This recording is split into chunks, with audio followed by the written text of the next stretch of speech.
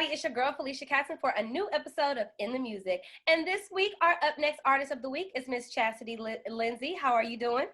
I'm finding you, love. I'm doing pretty good, trying to stay out the way. Yes, that part. Yeah, so first things first, who is Chassidy? Where is you from? How did you get into music? Tell me all about that.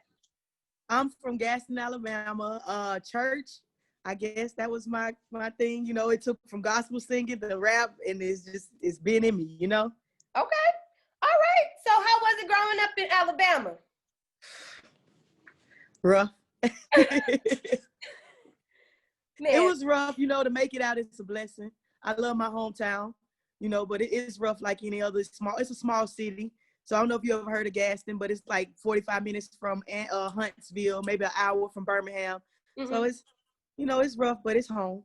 Okay. I only been to Alabama one time. One or two times I had a show and I just was like, you know what? I can't go back. I got stuck in a place and it had nothing but Confederate flags, and I thought I was about to die. That part, you feel me? Yes. That part, like, no ma'am. Man, never again. What part was you in? I have no clue. You probably was somewhere around where I'm from, because baby, it's roads that we can't even go up, and it's still 2020, and I ain't heard a black person say I went up that road yet to check it out, Okay. So what did you do in the church? Was you singing in the choir? How was that? I sung in the choir. The woman who raised me, she sing, her and her twin. So I just think it was, I don't know. My mom, my parents cannot sing. So I honestly don't know where it came from, but it came, and I'm just grateful for it. But it started in the church, singing in the church, pretty much. It's a God's gift, baby. God's gift. So being from Alabama, how did the music scene kind of influence you to get into music? During the time when I started, it wasn't that many people doing music, so, and like I said, I started like real young. I did my first demo when I was like 6 for the, what the fuck was that called? It was a show on BT where he used to let people come on the show and sing on Sundays. You remember? Not Sunday's Best. I think that's what it was. It was before Sunday's Best with the old guy. So I had did a demo for him. So, but now the music is crazy. We have so many artists coming up out of Alabama, Gaston, let alone. We have a big scene now. But when I started out, it wasn't that many. I probably was like 1 out of the 5 females that was doing it. Okay. So who were some of your musical influences? Nita Baker, Whitney Houston, Mike. Some of the greats. I'm an old school. I'm old school all the way. Prince. I'm old school. So. Okay, so what was your favorite Anita Baker song? Oh man, too many. Rapture, just the name one, but she has so many. Shit, it's at the tip of my tongue. But Rapture is one of my favorite ones. I'm sorry, I hate to put you on the spot. So what about them kind of influenced you to do music? I guess it was just my struggle. I couldn't draw, but I could sing. Mm-hmm. So that's just always been my calling. I didn't have nobody. Like I said, my godmama, her twin sister, they would go around weddings, funerals, but it was church. You feel me? Mm-hmm. And singing stuff. But I guess that just watching them do that, because I was young, I had nobody to watch me, so I had to tag along. So I would be at funerals at 5, but them singing, I was just like, I'm gonna sing one day. You know what I mean? And it just came, and I was like, damn, I really can sing. Okay. Do you remember the first time you ever wrote your own song? Oh man. Probably not. What it was, probably not. I've been writing since I was like 5, 6, See, that's a gift that you could be able to sing and you can write your own music. Yep. Okay, so growing up in the church and you're doing music now, so how would you kind of describe your sound now to everything? It's just a variety. It's like you'll never get rid of that church vibe, that soul. So I bring a lot of soul, but it's more hip hop artists. I wouldn't say it's sing rap. I don't know what they call it, but we've been doing it. Yeah, to me it sounds like a little trap R&B. That trap R&B. soul. That's what we gonna call it. I like that trap R&B. Then that's what it is. Trap R&B. That's cool. Trap soul. Yeah, for sure. Okay, so who are some of the artists you would love to collaborate one day? Like big time artists or local? It could be anybody you want to collaborate with. Who's your dream collaboration? Drake is always female wise. Yeah. Drake, Missy, most definitely I want to work with Missy. Yes, I love Missy. And Stevie Wonder before he passed. Stevie Wonder, okay. Let me tell He you. the last one of like, you know, it was a group of them that you want to meet. Stevie Wonder, Whitney Houston, Anita Baker, and like all of them pretty much gone. And he like last one left out of that group, you know. Stevie Wonder. That elite singing group right there. Because, you know, everybody don't be singing how they be singing. You feel me? They don't really make the music. Yes, they don't. Okay. So being an independent artist, what are some challenges that you went through, and then also some success that you have been doing music? Being an independent artist, some success I have is, you know, you can call your own shots. You know, you ain't got too many strings attached to you, so you can move freely. I think, as I don't know how it is with you know, industry artists, and you know, the challenges, it's always gonna be a challenge when you're independent because people is you don't have nobody backing you. It's just you. You know what I mean? So you building that name, but that's my favorite part, coming from the bottom and going up. Yeah, that's my favorite part about it, you know, being independent. It's hard, you know, finances, you know, you have to make sure you have everything together because you don't have nobody advising you. You don't have a team behind you. But that's just the buildup, you know? That's my favorite part. It's just the whole buildup of everything. Yeah. That's good. That's how I kind of feel with the show. Just going out there networking and just seeing, you know, those little memes that people have, like it started from here, but now that's basically just seeing your career just flourish every single time. Yes. Okay. And then, so we all have been in kind of like a pandemic, sort of kind of in some states. You in Vegas, you know, Vegas is semi, the clubs is kind of closed, you know, semi. So how has it kind of hindered you as an artist from actually going out there? Oh, it's done turned up. I feel like artists, this was like the perfect time for us to take advantage of whatever we can take advantage of. Promos. Like I seen celebrities off Love and Hip Hop dropping promos. You know, I jumped in their DM, got a few promos. COVID has been good to us. See, that's good. Well, I know it kind of is different from not doing shows, but it's the behind the scenes aspect that you can just network from that. Networking, you're doing the network, you putting in the work. So now when you meet these people when shows do get back, they'll be like, oh, I remember Shawty from Vegas. Come through real quick, you know? Yes, just like that. Yes. So how have you adapted to the Vegas scene for the music? Because I never seen like the whole music scene out there with shows. Right. I've been here 4 years, and they got a little, you know, we got a little, some artists here and there. You got a Filthy Rich. I don't know if you heard of him. He out here, and y'all. He from your hometown. So, but other than that, it's we grinding. You know, it's a few artists we grinding. So I knew that's what it was, but I knew it's building. You got the football team coming, people building record labels left and right out here. So it's building. So I'm in the melting pot. You hear me? Okay. I'm stewing with them, like stirring it up. Stirring it up. You hear me? Okay. So speaking of your new single, The Real One, tell me about that whole energy of you actually going into the studio to record that. Oh man, I actually recorded it in LA. Okay. Which was amazing. I think it was called like damn, I forgot what them. It was some white boys downtown, but it was amazing. My first studio in LA that I had booked. And the vibe, the energy was crazy. They had exotic animals, girl. I had never seen, you know, I'm from the country. So a parrot or some lizards and shit. It's like, oh my God, they talk. Like, really, it was incredible. The guys was great. You know, LA is a vibe. I tell anybody, anytime you get time to tap in and go out there, the weather, the vibe, the people, the energy is there. So everything was just laid out perfect. We got in there and we laid it out. And it was just amazing. Now, I can't wait to get back to LA to record because that's like my favorite place in the world to record. Now I've never recorded in Korea. And listen, LA is it, okay? LA got that whole vibe and the essence. You could smoke and all of that. I mean, you got the chat snacks, you feel me? Yes, big facts. Yes. So how was it creating the video for that? I know Rap Nerds, they went ahead and directed your video. So how was that coming up with the little pool party scene of everything? We took some ideas from Toni Braxton, Making Me High. I don't know if you remember that video. So I want to pay homage to her because, like I said, I'm old school. So you're going to see a lot of my videos recapping a lot of my favorite videos or movies. And so I wanted it to be like, just like that, you know, we looking for the real one. Girls coming in and, you know, a party, 90s vibe. You feel me? And sisters, I my brown sisters, I had some brown sisters in there. I have my sisters in there, and I just want to have good vibes.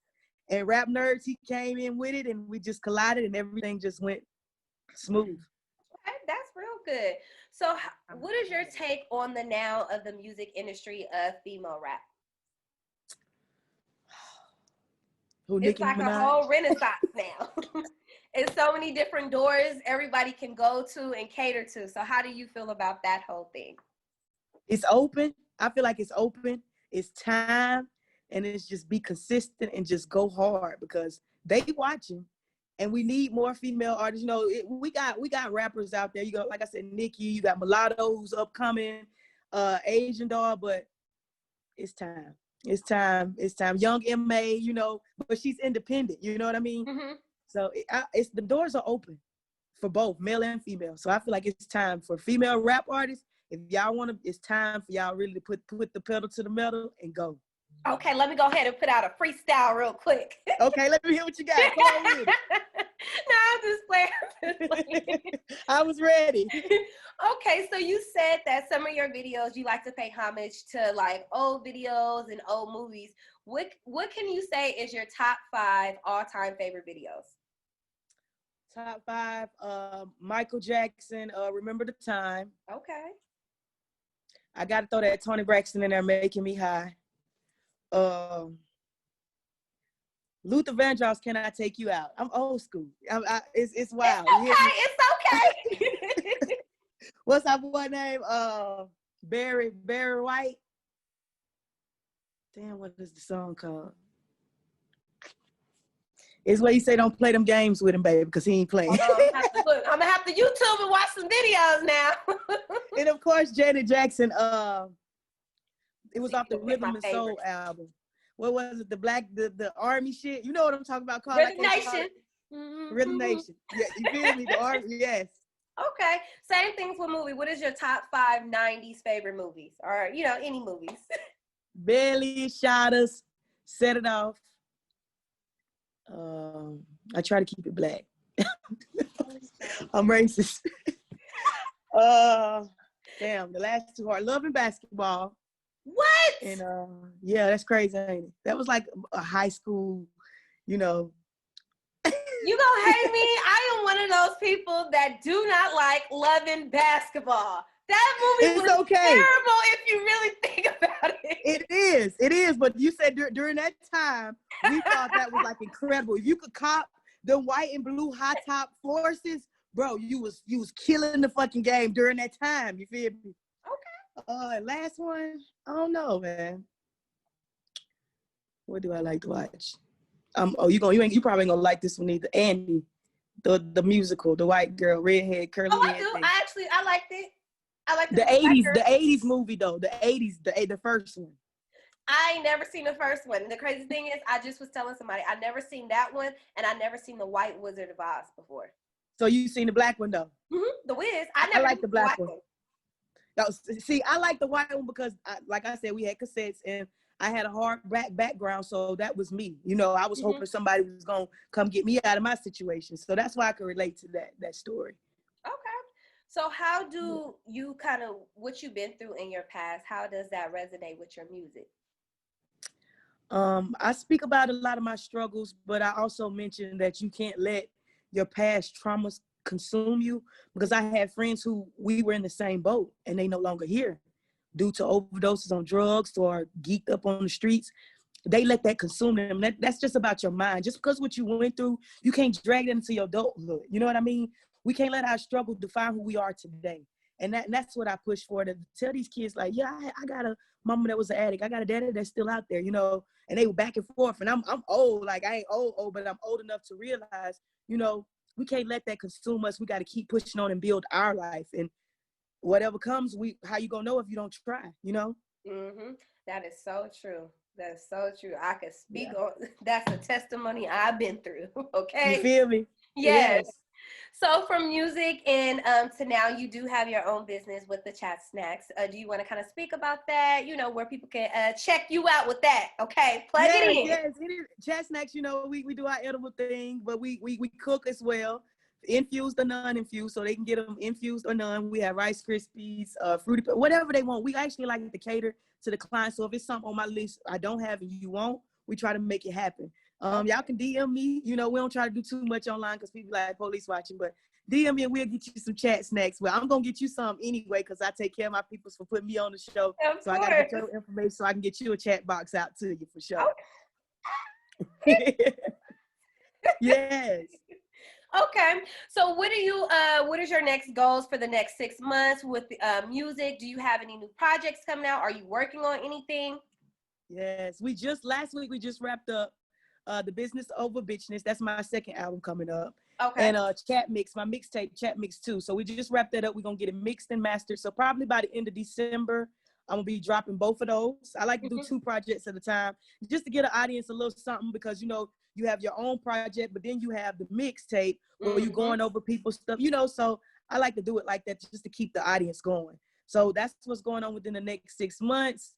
Well, after that, we shoot more videos from the previous album and the new album. So stay tuned. Hopefully we can come out there and get you in something. Okay, I'm not about it. You know, I'm always in Vegas now. I'll be in Vegas in December, okay? Okay, yeah, I feel you. So what can you tell us, how was that creative process of you doing your project this time? The creative process, like I said, I'm writing my book. So I try to keep it like chapters of my life. So The Business Over Bitchness is basically exactly what it is. Business over bitchness. That. Sometimes we bitch out on situations that can really improve our future. And that's really where I'm at in life in general as a whole, for real. It's like, you know, is this business over this bitchness because you scared? You know, don't be scared. You know, stand up to the plate and knock it out the park and do what you got to do. And it's worth it. And make sure it's worth it. Okay. So that process was just, you know, where I'm at in my career right now. Okay. That's good. Yeah. Okay. All right. So you already said next 6 months you got 2 projects releasing in December, and you're gonna be shooting music videos back to back. Do you have any goals you want to set for yourself that's coming up for music? Dallas Pride. I'll be in April. I'll be in Dallas performing for their Pride. I don't know how I forgot about that. That's what's coming up too. Any goals is just really just build more of my fan base and, you know, get more of me out there. I don't know how we're doing it because it's kind of hard with, you know, being independent, trying to get a marketing or promoter. So that's really the goal, is really, who is Chassidy Lindsey? Get get more fans and get, you know, more visuals so people can see who I am. Okay. All right. So where can everybody find you? You can find me on all platforms: Instagram at official Chassidy Lindsey, YouTube Chassidy Lindsey, SoundCloud, DatPiff, Apple. I'm everywhere. So as long as you Google Chassidy Lindsey, you're gonna find me for sure. Okay. Well, I want to thank you so much for taking the time out to be in the music with us today. Yes, I appreciate you so much, Queen, and the people in the music for having me on y'all show today. Of course. I love the nerds.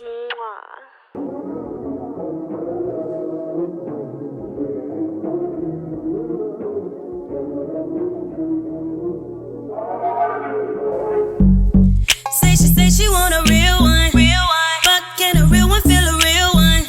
She said she got some things she like to explore. Let me lead the way and I can show you more. Black queen, real beauty to me. Paint this picture for you and all the world to see.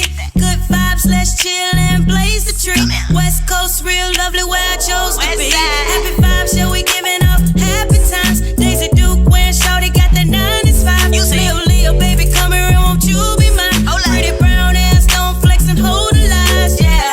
She say she really, really want a real one. Well, if you scared, come here and feel some. She say she really, really want a real one. Well, if you scared, put it on your lip or some. Nowadays they try to throw the shade. I catch that shit, bitch, and I still get paid. Your bitch fantasizing about me coming on her face. Bitter shit, sweet nigga, now tell me how it tastes. Some of y'all niggas real flicked. Some of y'all bitch got twisted. Only real one can handle bitch like me. Some of y'all bitch real flicked. Some of y'all niggas got it twisted. But only real one can handle bitch like. Say she want a real one. But can a real one feel a real one? She say everybody get lonely too. And that time she needs someone to fall through. Well, I'm here to relieve your stress. Block all the bullshit, put the niggas to rest.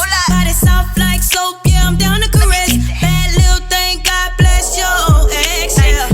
Your last bitch couldn't keep it real, huh? Had your cards and couldn't even deal, huh?